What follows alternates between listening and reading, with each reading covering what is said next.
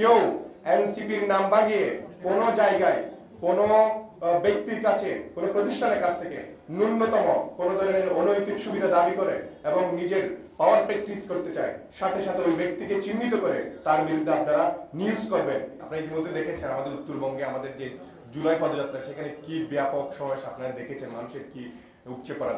আমরা প্রত্যাশা করি যে আমাদের যে জুলাই পদযাত্রা সারা বাংলাদেশে 64 জেলায় যে জুলাই পদযাত্রা, আমরা বিশ্বাস করি উত্তরবঙ্গে যে পরিমাণ জমায়েত হয়েছে, আগামীতে 20 জুলাই আমাদের সংগঠিত হতে যাওয়া এই যে জুলাই পদযাত্রায় চট্টগ্রামে, আমি মনে করি বাংলাদেশের 64 জেলার মধ্যে সবচেয়ে বেশি সংখ্যক জমায়েত এই চট্টগ্রামে হবে।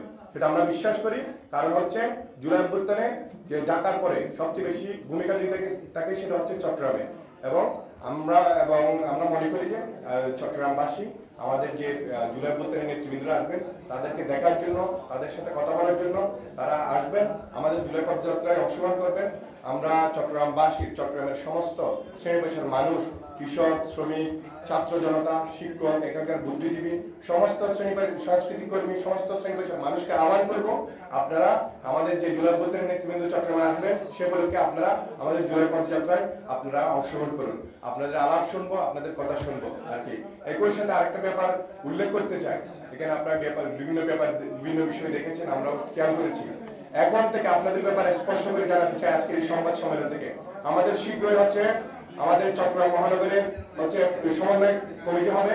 এর আগে আপনাদের ব্যাপারে আপনাদের কাছে উদাত্ত চিত্তে আমরা আহ্বান করি, যদি কেউ এনসিপির নাম বাগিয়ে কোনো জায়গায় কোনো ব্যক্তির কাছে কোনো প্রতিষ্ঠানের কাছ থেকে ন্যূনতম কোনো ধরনের অনৈতিক সুবিধা দাবি করে এবং নিজের পাওয়ার প্র্যাকটিস করতে চায়, সাথে সাথে ওই ব্যক্তিকে চিহ্নিত করে তার বিরুদ্ধে আপনারা নিউজ করবেন। এই স্বাধীনতাটুকু আপনারা রাখবেন এবং একই সাথে আইন শৃঙ্খলা বাহিনীকে আমরা আহ্বান করব, এখন থেকে কেউ যদি সেই ধরনের অপরাধের সাথে সম্পৃক্ত হয়ে থাকে, নিউজের পরিপ্রেক্ষিতে আপনারা সাংবাদিক কর্মীরা আছেন, তারা নিউজ করবেন, ওই নিউজের পরিপ্রেক্ষিতে সত্যতা যাচাই করে সাথে সাথে তাকে গ্রেফতার করবেন।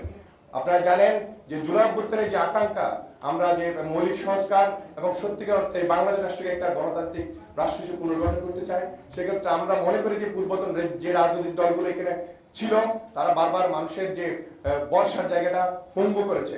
আমরা আজকে যে জুলাই অভ্যুত্থান থেকে বেড়ে ওঠা যে রাজনৈতিক দল, সেটা হতে দেবো না, মানুষকে আর হতাশা আমরা হতে দেবো না।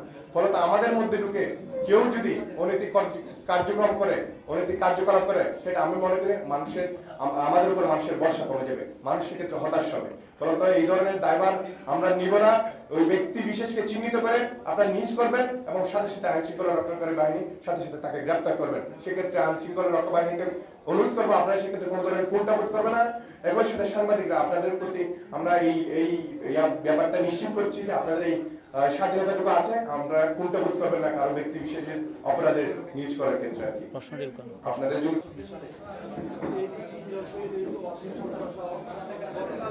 সালে এই যে শহীদ ওয়াসিম ফারুক এবং হচ্ছে শান্তের যে শহীদ হয়েছে, সেই দিন উপলক্ষে এমন একটা পরিস্থিতি তৈরি হয়েছিল বলে আমাদের হচ্ছে কি করতে হয়েছিল, এটা ওই প্রোগ্রাম সম্পৃক্ত করতে হয়েছিল। তবে এখানে অনেকেই কথা বলছেন যে গোপালগঞ্জের মতো একটা পরিস্থিতি, ভিন্ন পরিস্থিতি দাঁড়াবে কিনা। আমরা মনে করি চট্টগ্রামে যে পরিমাণ জুলাই অভ্যুত্থানে মানুষের ইনভলভমেন্ট ছিল, চট্টগ্রামে যদি সেই ধরনের এই ধরনের আশঙ্কা আছে, কিন্তু যদি সেই ধরনের কোনো কিছু ঘটেও থাকে, চট্টগ্রামের বিপ্লবী ছাত্র জনতা সেটা সম্মিলিত করতে সক্ষম হবে বলে আমরা মনে করি আর কি। গোপালগঞ্জে যে অবস্থা আমরা চট্টগ্রামে আমরা প্রত্যাশা করি, যদি হয়েও থাকে চট্টগ্রামের যে বিপ্লবী ছাত্র জনতা সংগঠিত আছে, তারা এখন রাজপথ আছে, তারা এটি সংগঠিত প্রতিহত করবে। বিশ্বাস করি যে বাংলাদেশের 64 জেলায় যে পদযাত্রা জাতীয় নাগরিক পার্টি, সেখানে সবচেয়ে বড় জমায়েতটা আমাদের এই চট্টগ্রামে হবে।